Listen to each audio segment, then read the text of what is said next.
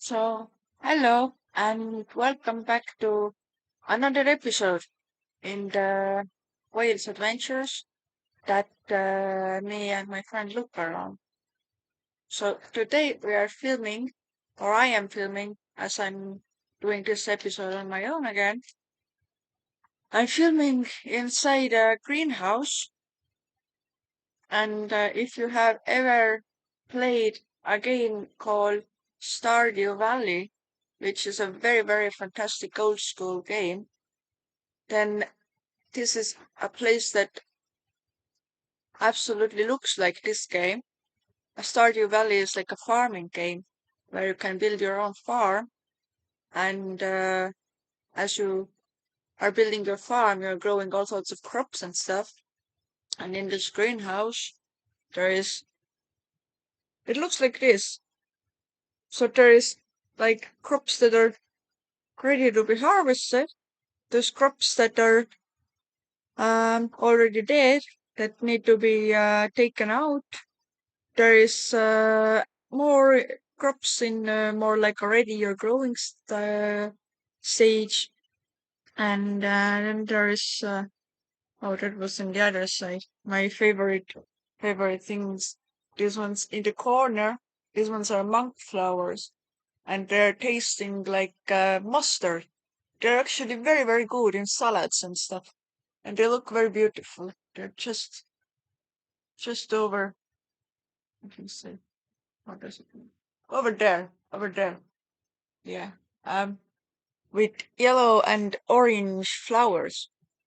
So they're very um needed to be mentioned as I kind of have used them as medicinal plants as well in my diets.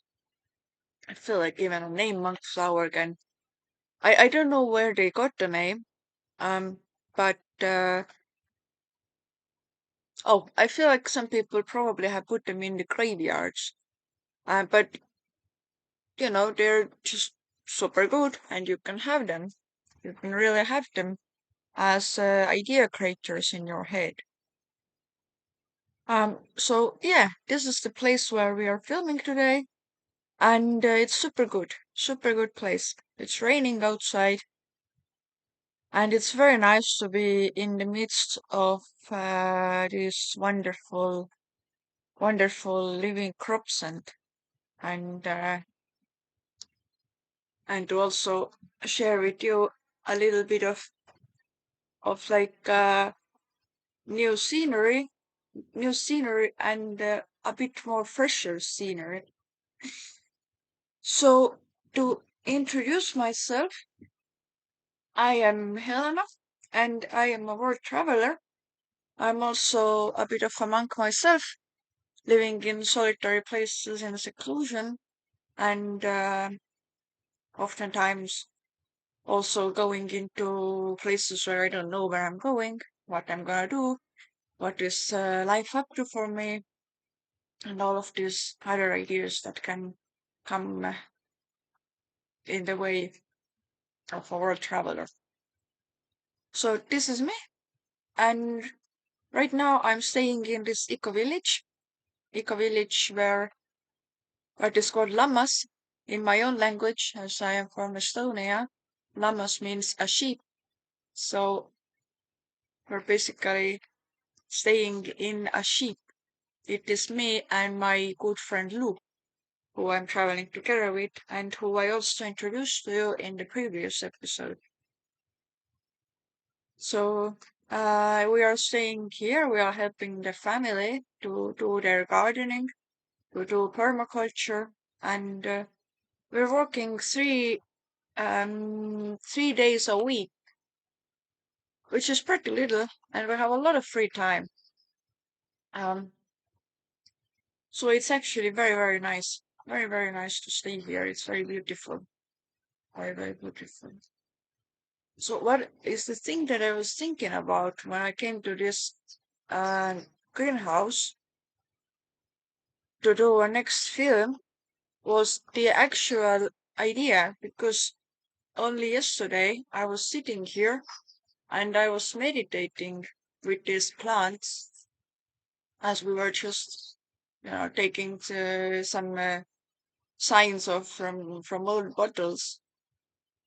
And then after that, I just started meditating here.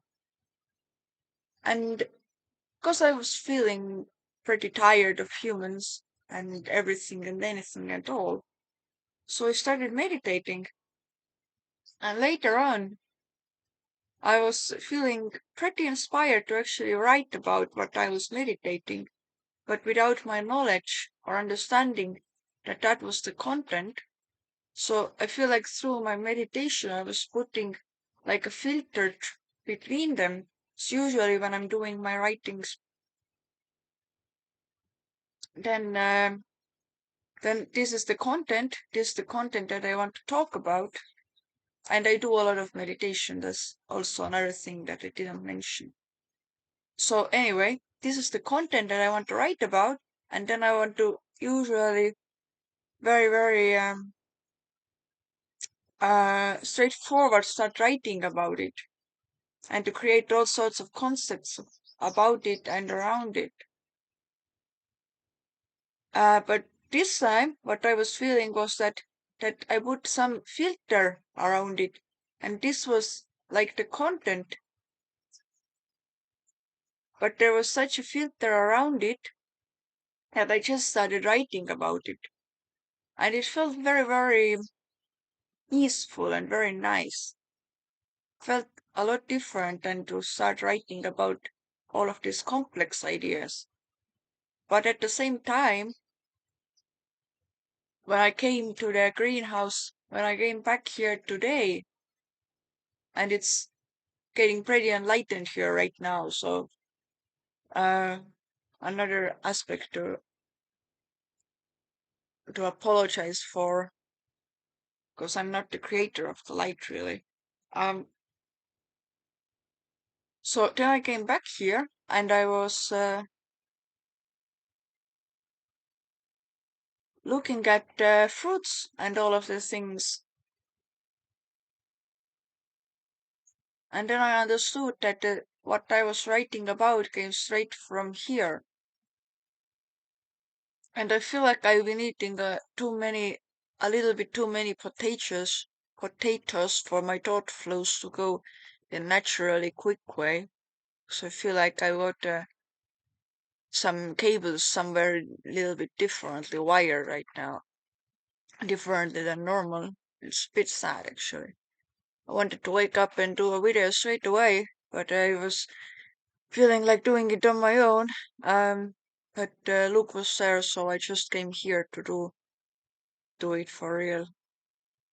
Um, so yes, as I was saying just before, I was thinking about an actual fact of like fruits and fruit production. And what I was thinking about them was that not a single plant, and I'm gonna show you these grapes up there so you can follow me better. Not a single plant is able to create a fruit when it doesn't have joy inside. Because when it doesn't have joy inside, then the fruit is probably going to be really sour and really bad. But a plant has to really have joy inside in order to make any type of growth at all. So I was just thinking about these elements that we have here on planet Earth that we are able to perceive and also see and realize in our own hearts. And I was thinking about it, and I was very much thinking about the element of joy, which is like the essence of that is basically inside us, and that is usually covered with all sorts of other things called not bad things, but just things that make the joy a little bit milder. When you think of a child, the child can be highly joyous and energetic, but also grown-ups can be like this if they are healthy and they are keeping their inner being and their inner child nicely alive. As joy is like a feeling that makes us uplifting. While when you take another feeling like wisdom, for example, wisdom is usually like a wave, like a downlifting wave.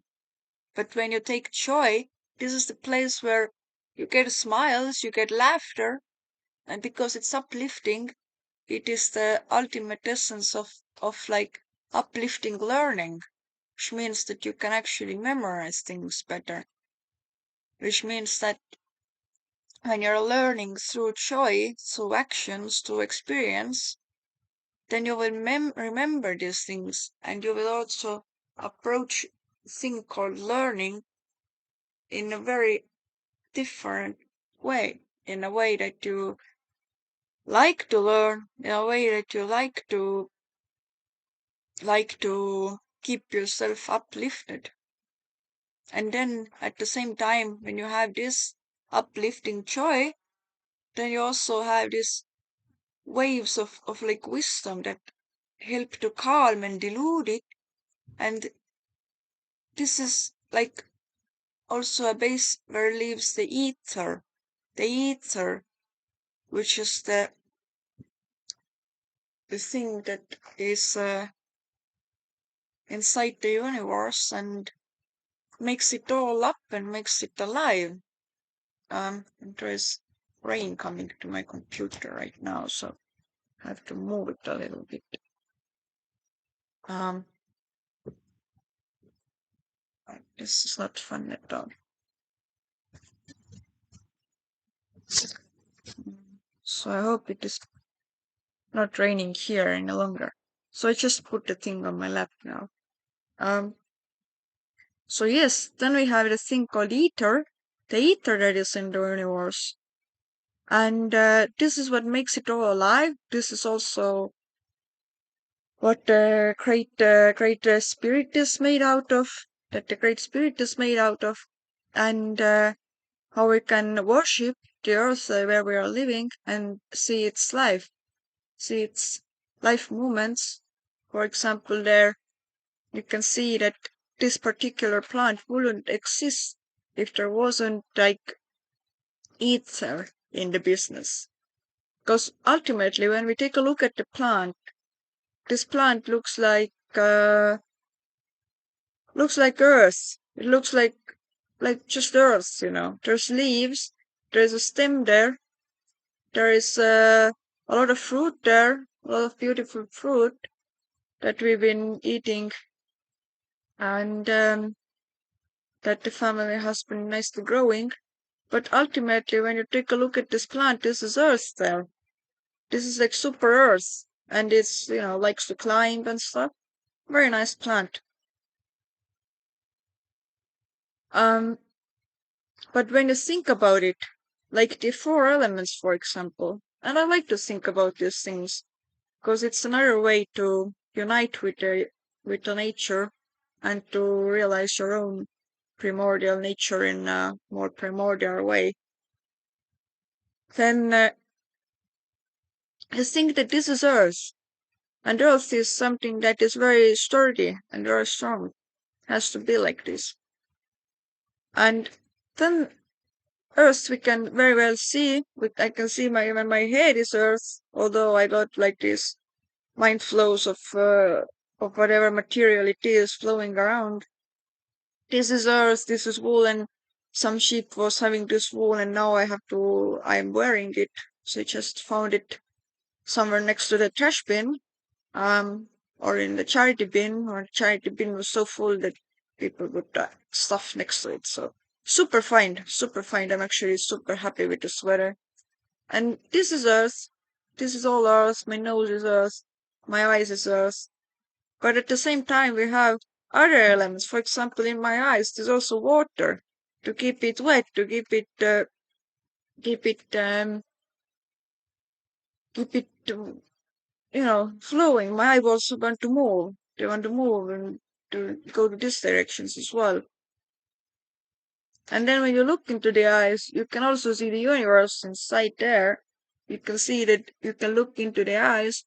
And if you look long enough, then you know this looks also like enlightenment itself. When you take enlightenment, it's actually like a yin yang mark, which is whirling, whirling, whirling, and and doing things, but at the same time we are doing things in planet Earth. So anyway, when you're thinking about these concepts, is actually super fun and super interesting. There's like infinite ways to go to them, and enlightenment is another topic that I really want to talk about. But I was super excited about this idea to share right now. So when you take an eyeball and you look into it, for example, you go to mirror and you look into it for like a long time, then you see that it's dark and it's also white inside. And this is like a super, super cool way to connect with yourself and to see what it is like inside and how to like communicate with yourself inside there, or what communication even arises there. What are the thoughts? What makes you, also, it can be a little bit scary if you're connecting with yourself in this way. But anyway, what I wanted to do was to go back to the grapes up there and hope that you're able to forgive me my thought flows that can just so naturally go and do their own thing, which I usually like to allow, because it makes me feel much freer. So, there is the planet Earth, and inside it, the Earth, a starry material. Then we have, and I'm talking about those elements in kind of like an abstract way, because this is the way I like to do it. The elements are all alive, or they make life. They make life happen. So we have the earth. This is the material. Then we have the fire. This is like the direction of the material. Like also like the body warmth, or the direction where the material wants to grow. So when you think of fire, fire can go through a forest like this and it leaves nothing behind. So it's like a willpower of like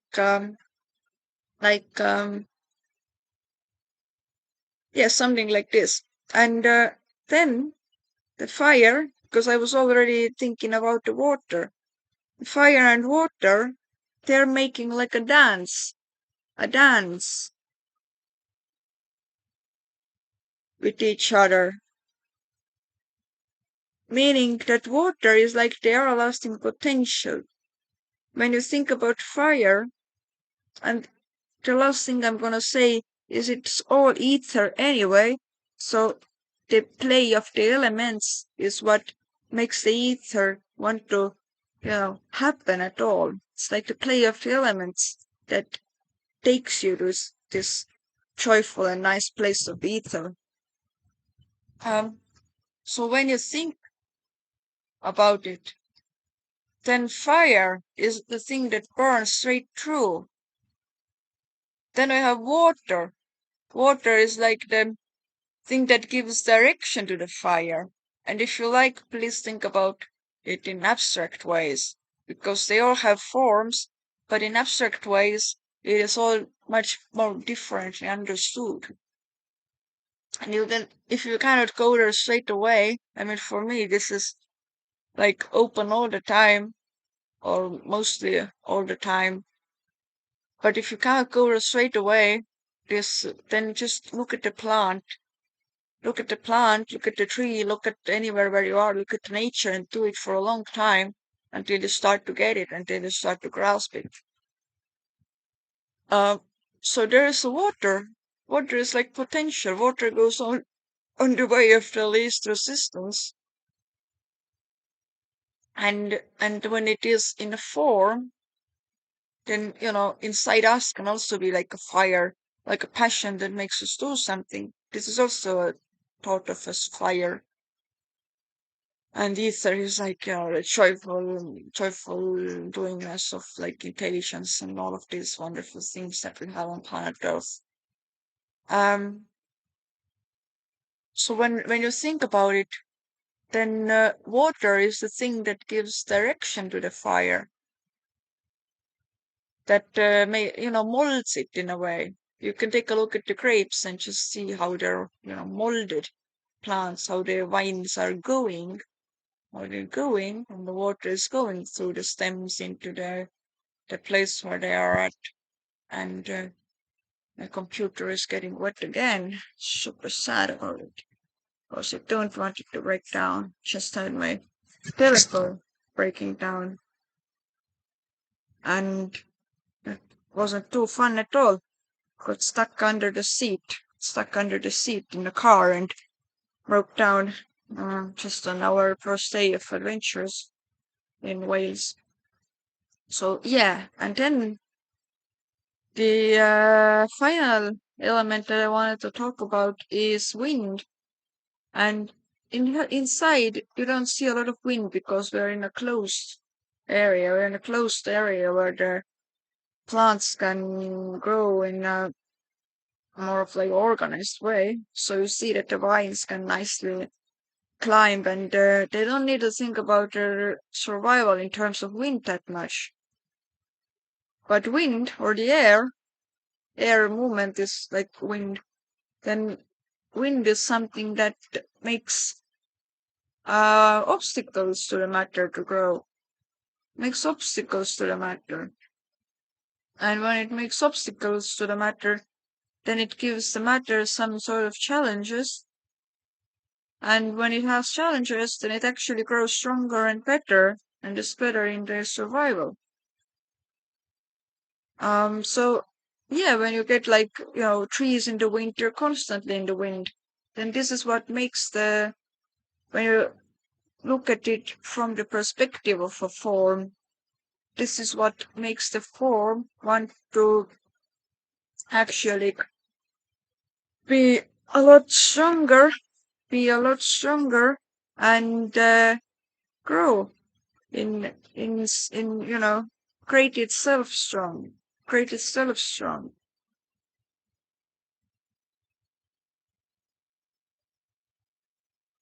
So this is another way. And we can also think of wind inside ourselves. Or sometimes when we are in nature, then it doesn't really matter if we think of the wind or any of the elements inside our own system that we call a body, or if we think about them in the nature, looking at them. Because when you are in the nature long enough, then you start to submerge in it very strongly and very feelably. You can look at this, you can go into states of samadhi, and you can look at these things for hours and hours and hours, and then your own heart, your own beingness turns into these things and towards these things, so that you start to realize what it is actually like, what it is, what's the truth inside it. And if you're, in the nature and you feel super agitated, then you're probably looking inside yourself too much.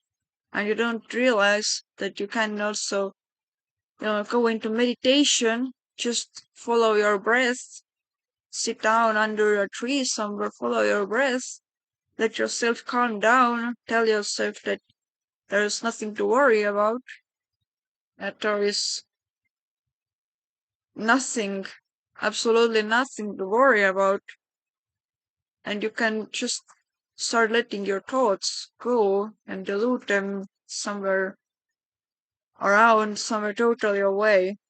And then you can start to connect with the tree, with the place where you're at. And this is a simple way to start to tune into these states and these matters. But ultimately, what you see is that there is actually not a lot of separation between you and the nature around you. As there is the place where we can create a separation. Um,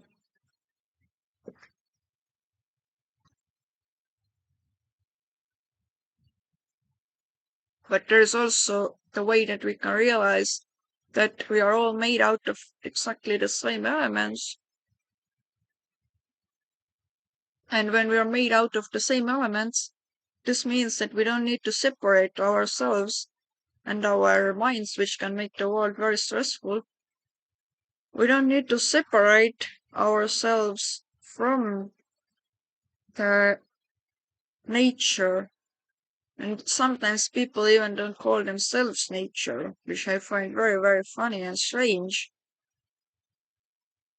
when people kind of separate themselves so fully that when they're going, outside in the forest, then actually they're still feeling like they are not the forest, they are not the nature. But when you leave all sorts of fuzzy things behind and just go there, then you can so easily connect there that you understand that there never was any disconnection at all, and there never was anything to worry about at all.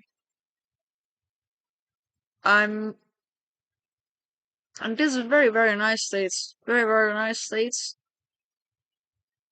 You can just sort of feel that you yourself are not wrong and that there is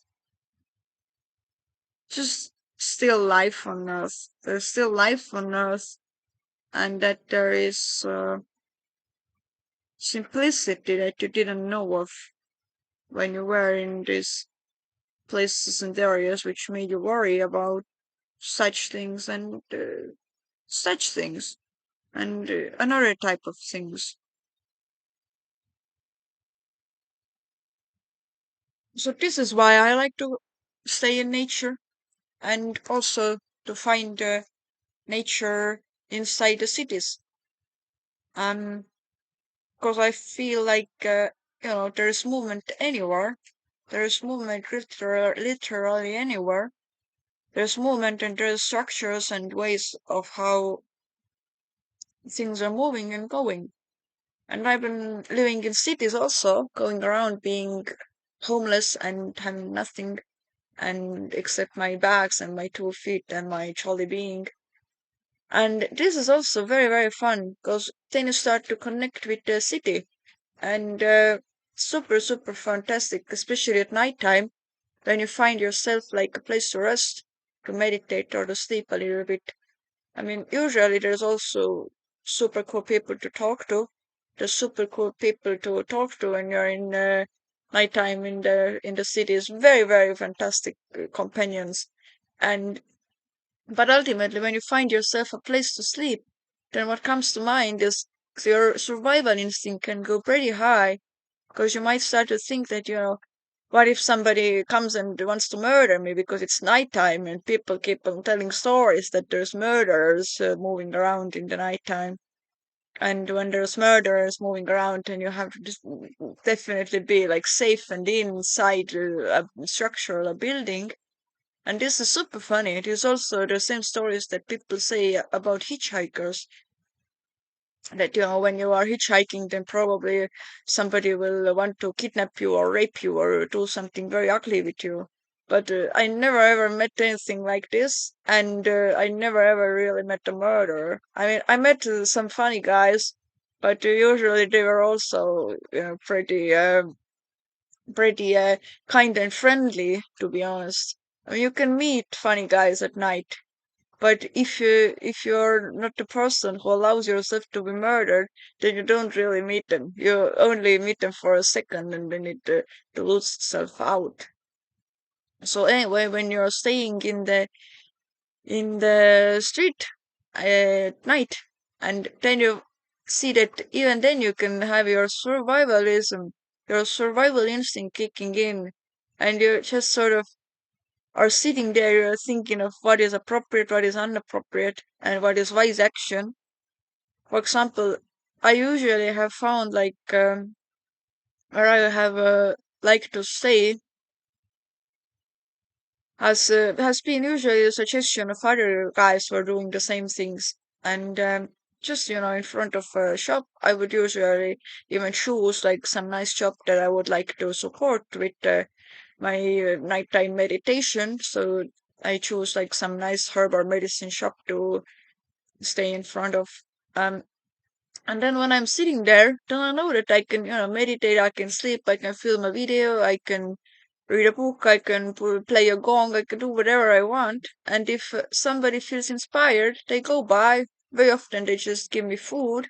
Sometimes they even start talking to me. There's usually super good people to talk to. because they have time and they have energy. And this means that they're not the guys who are saying that they are super busy. So nighttime cities are very, very interesting. And the other thing is when you're starting to walk around in nighttime city, then you see again that your survivalist instinct and goes super high.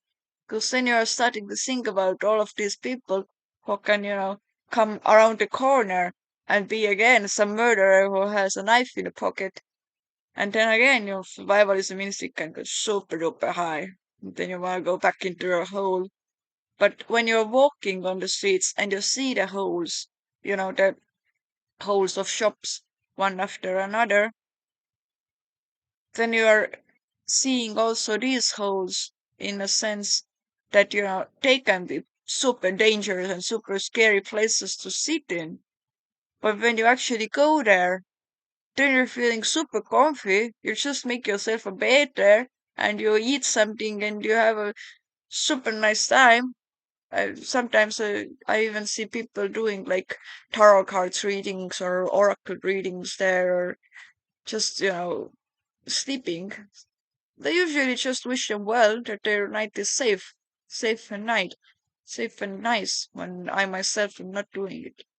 You can dance there, you can do anything you like, and nobody really minds.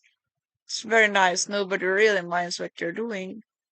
But you yourself, you know about your sanity so well that you're not, crazy. And when you feel like you wanna be like so-called crazy or dance or something, then again you can feel that this is not craziness at all. This is your own body and your own experience celebrating its existence, getting into like states of ecstasy. And there really wouldn't be ecstasy on earth if it wouldn't be such a spiritual material for us to experience. So then you can go into states of ecstasy and you can be very, very ecstatic there. And ultimately you realize that your body and your spirit and your mind is just celebrating its existence. It's celebrating its existence in a very nice way. You can sing and you can chant. You can do even a puja in the morning if you feel like your holiness has been a little bit ruined by this nice times in the ecstatic dance. And then you can do a nice puja in the morning. You can meditate for an hour, bow to the Buddha for 3 times, and then you feel like your holiness is back again, and you can go into your way again. Maybe if you need to, you know, do such things as well. One of my friends actually said that he's a friend, he's a Hindu friend, and he likes to do Hindu pujas.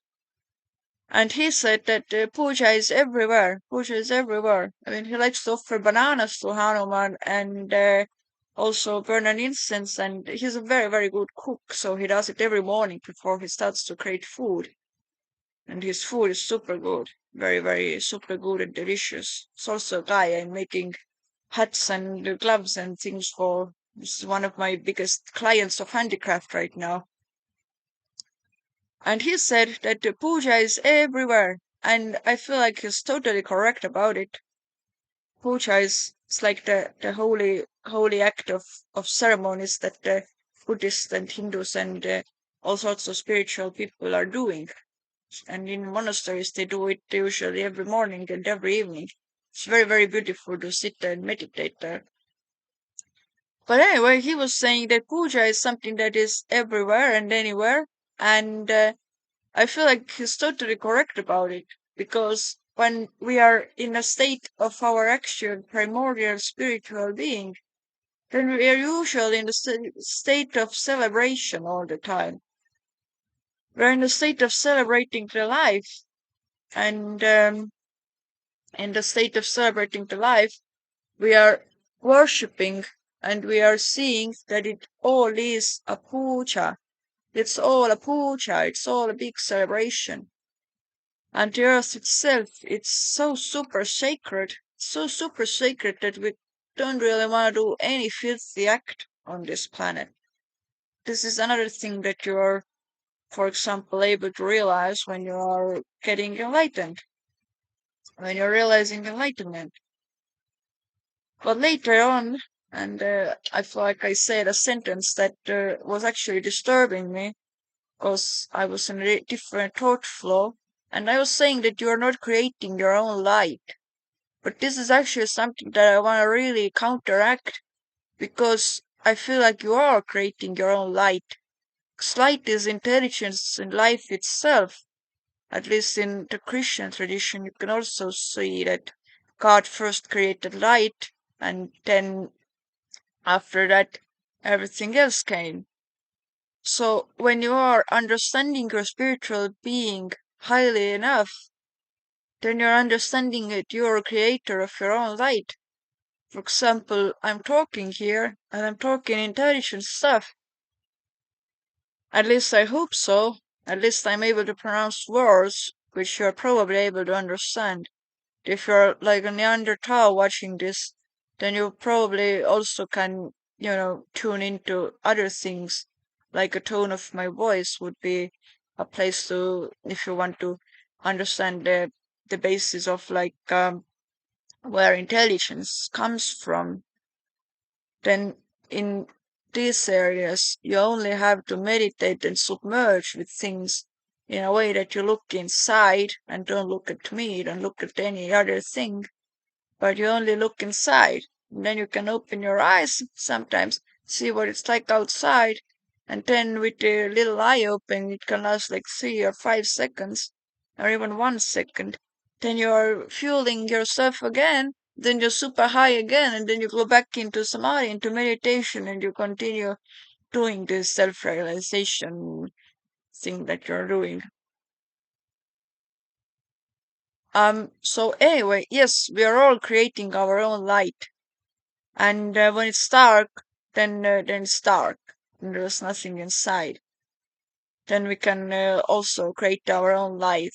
Light itself is faith itself, and it's nice to talk about it because while I'm seeing there is like so much light here, but light is an illusion, and we can realize even these things. So just to point it out that if you have reached this far in the minute of 37, then then yes, if I am saying something annoying, I would like to correct myself.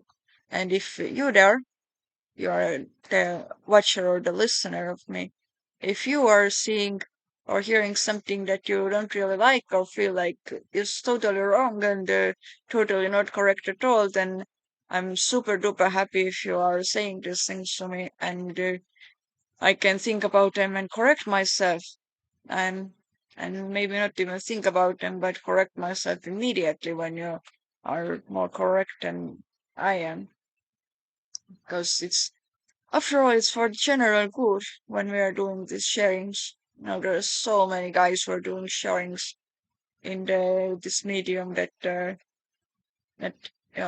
to be the creator of something is actually for other human beings as well as for myself and for the general intelligence to be growing.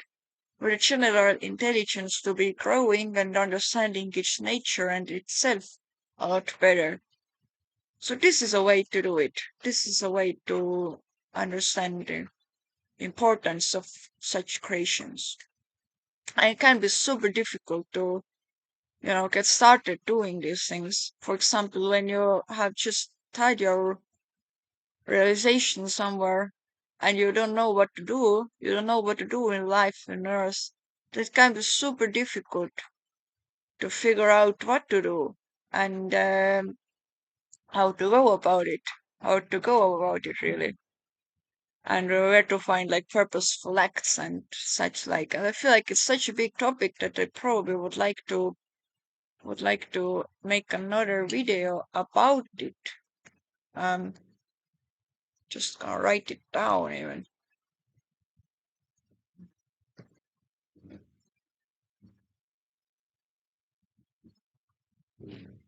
How to go about life. after you have had your self-realization. Um, because it can be super difficult when you're working in a box company and don't want to do it anymore. Or however it happens. It can happen anyway, anywhere, anyhow, and to any extent. So probably this is a topic that I will like to cover pretty soon as a separate subject, because I feel like it can be such a burden to us that I want to dedicate a whole big video to it. And I'm in the minute of 40, so I feel like probably there is not a lot of people who are still having their attention span going. I feel like, in universities, you usually get lectures that are either 45 minutes or 1 hour and a half long. And the university lecturer is usually, losing their own attentiveness of the humans who are listening to them around the minute of 45. So when you're in a good place, or 40, when you're in a good place, then during this place, the guy is making uh, a pause for you to breathe, a pause to help yourself a little bit, and to have a little meditation or refreshment between the next lecture that is coming. So I feel like probably I have been listening to this for a long time now, and I am trying to make it in a length that is nicely listenable. Because I feel like I would be able to talk for many hours, and maybe I will even do it. But at the same time, probably I just don't do it right now.